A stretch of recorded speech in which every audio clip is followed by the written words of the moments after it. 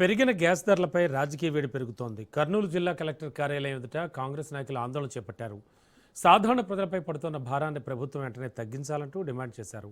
Gas ధరల పెరుగుదల వల్ల మధ్యతరగతి కుటుంబాలు తీవ్ర ఇబ్బందులు పడుతున్నాయని ఆవేదన వ్యక్తం చేశారు. ధరలను నియంత్రించి ప్రజలకు ఉపశమనం కల్పించాలంటూ నినాదాలు చేశారు. ఇదే అంశానికి సంబంధించి మరిన్ని వివరాలు కర్నూలు నుంచి మా కరెస్పాండెంట్ మధుసూదన్ అందిస్తారు. తగ్గించాలంటూ కర్నూలు కలెక్టరేట్ ఎదుట కాంగ్రెస్ నాయకులు నిరసన వ్యక్తం చేస్తున్న పరిస్థితి అయితే నెలకొంది. ప్రస్తుతం మనతో కాంగ్రెస్ నాయకులు ఉన్నారు. సార్ చెప్పండి, ప్రధానంగా మీ డిమాండ్ ఏంటి? ఇప్పుడు ప్రస్తుతానికి ఈ యొక్క విపత్తు వస్తుందని చెప్పేసి మొత్తం యావత్ ప్రపంచ దేశాలకు తెలుసు. ఈ విపత్తు క్రమంలో మరి ఎందుకు రాష్ట్ర కేంద్ర ప్రభుత్వాలు ఇంతవరకే చర్యలు తీసుకోవట్లేదని చెప్పేసి ఈరోజు కాంగ్రెస్ పార్టీ డిమాండ్ చేస్తూ ఉంది. హే నరేందర్ దే సిలిండర్ అని చెప్పేసి ఇంతకుముందే నరేందర్ సరెండర్ అయినారని చెప్పేసి కూడా రాహుల్ గాంధీ గారు పార్లమెంట్ వేదికగా ఆయన గలం విప్పడం జరిగింది. ఈరోజు కనీసం ఇంత పెద్ద దేశంలో మనం ఈరోజు ఆయిల్ ఉత్పత్తుల మీద మనం ఆధారపడి ఉన్నామని తెలిసినటువంటి ఈ దేశంలో కనీసం స్ట్రాటజిక్ పెట్రోలియం రిజర్వ్స్ లేకోకుండా ఈరోజు కనీసం వారం కంటే ఎక్కువ లేని స్థితిలో ఈరోజు మనం దౌర్భాగ్య స్థితిలో ఈరోజు మనం ఉన్నామంటే అర్థం చేసుకోవాలా. మరి ఎందుకు ఈరోజు మేము ఈ యొక్క ధర్నా చేస్తున్నామంటే రాష్ట్ర కేంద్ర ప్రభుత్వాలు మరి ఇంతవరకే ఇట్లాంటి విపత్తు క్రమంలో గ్యాస్ సిలిండర్లు దొరకట్లేదు, రేట్లు పెరిగిపోయినాయి. గ్యాస్ అనేది రేటు పెరిగిపోతే ఆటోమేటిక్గా రవాణా రేట్లు పెరిగిపోతాయి, పెట్రోల్ దొరకదు, పెట్రోల్ రేట్లు పెరుగుతూ ఉంటే మరి రాష్ట్ర ప్రభుత్వం ఇప్పటికి కూడా అదే వ్యాట్ని కొనసాగిస్తూ ఉంది. ఈ కేంద్ర ప్రభుత్వం జిఎస్టీ మీద అంత గొప్పగా చెప్పుకుంటూ ఉంది. మరి ఎందుకు ఈ క్రూడ్ ఆయిల్ని జిఎస్టీ పరిధిలోకి తీసుకురావట్లేదు? ఇదే డిమాండ్ చేస్తూ ఉంది కాంగ్రెస్ పార్టీ. ఎప్పటి నుంచో రాహుల్ గాంధీ గారు, మా నాయకులు ఎప్పటి నుంచో కూడా చెప్తా ఉన్నారు, ఈ యొక్క పెట్రోల్ రిజర్వ్స్ని కూడా మీరు జిఎస్టీలోకి తీసుకురండి. ఈరోజు అదే తీసుకొని వచ్చింటే ఈరోజు మనకి భారం ఉండేది కాదు. మరి సబ్సిడీ ఇస్తామని చెప్పి చెప్పినటువంటి ఇదే నరేంద్ర మోడీ గారు మరి ఎందుకు సబ్సిడీ ఇవ్వట్లేదు? ఈరోజు మరి దీన్ని బ్యాలెన్స్ చేసినకే మేము అంతా రెడ్యూస్ చేసాము, సబ్సిడీ ఇస్తున్నామని అంటున్నారు. మరి ఎవరికి ఇస్తున్నారు? ఆయిల్ కంపెనీలకి సబ్సిడీ ఇస్తామంటున్నాడు, కానీ సామాన్య ప్రజల గురించి ఎవరు కూడా ఆలోచన చేయట్లేదు ఈరోజు. కాబట్టి సామాన్య ప్రజల కోసం, రైతుల కోసం, కర్షకుల కోసం, కార్మికుల కోసం ఈరోజు జిల్లా కాంగ్రెస్ కమిటీ ఇక్కడ మనకి జరుగుతున్నటువంటి ఈ విపత్తు మీద ఈరోజు మేము పోరాటం జరుగుతోంది. ఈ పోరాటాన్ని ఇలాగ కొనసాగిస్తాం. రాష్ట్రం అందరికీ కూడా ఈరోజు మనం చూస్తే హోటల్లో అప్పుడే మొదలు పెట్టినారు, గ్యాస్ దొరకట్లేదు, రేటు 10 రూపాయలు 20 రూపాయలు పెంచామని చెప్పేసి.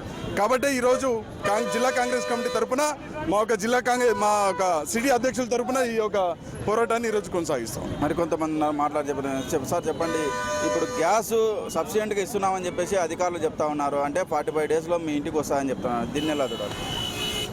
గ్యాస్ బుక్ చేసిన తర్వాత 2-3 రోజుల్లో గ్యాస్ వచ్చే పాతకాలం వదిలేసి గత 15 రోజులుగా గ్యాస్ బుక్ చేసిన తర్వాత నెల రోజులైనా కూడా ఇంతవరకు గ్యాస్ ఇళ్ళకు చేరట్లేదు.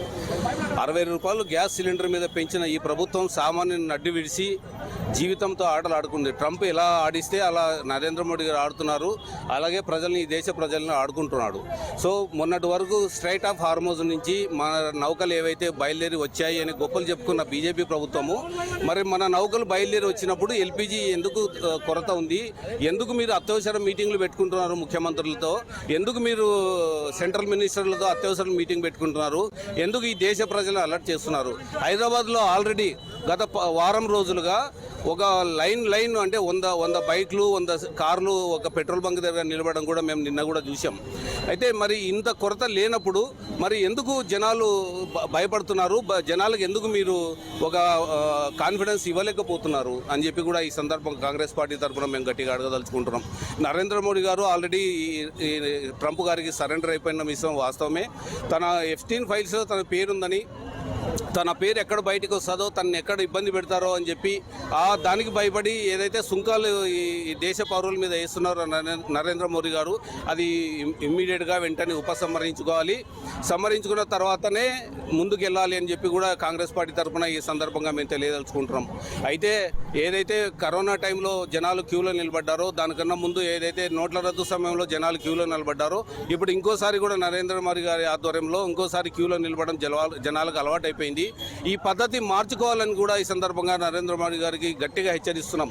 నరేంద్ర మోడీ గారు ఈ దేశ ప్రజలకు మాయమాటలు చెప్పి అమలుకారి హామీలు ఇచ్చి అందలం ఎక్కినారు, కానీ ఎటువంటి ప్రోగ్రతి ఈ దేశంలో లేనే లేదు. ఎయిర్పోర్ట్లు అమ్ముతున్నాడు, ఈ దేశాన్ని అమ్మే ప్రయత్నం చేస్తున్నాడు, ఎల్ఐసీలు అమ్ముతున్నాడు, రైల్వేలు అమ్ముతున్నాడు, రోడ్లు అమ్ముతున్నాడు, ఆయిల్ అమ్ముతున్నాడు, ప్రతిదీ అమ్ముతున్నా కూడా ఈ దేశ ప్రజలు ఓట్లు వేస్తున్నారా? ఓట్లు వేయకుండానే మీరు ప్రధానమంత్రి అవుతున్నారు అని కూడా మాకు ఒక డౌట్ వ్యక్తపరుస్తున్నాము. గ్యాస్ సమస్యలకు వెంటనే పరిష్కరించాలని కాంగ్రెస్ నాయకులు డిమాండ్ చేస్తున్న పరిస్థితి. వీడియో జర్నలిస్ట్ శివశంకర్ తో మధు, రాజ్ న్యూస్, కర్నూలు నుంచి.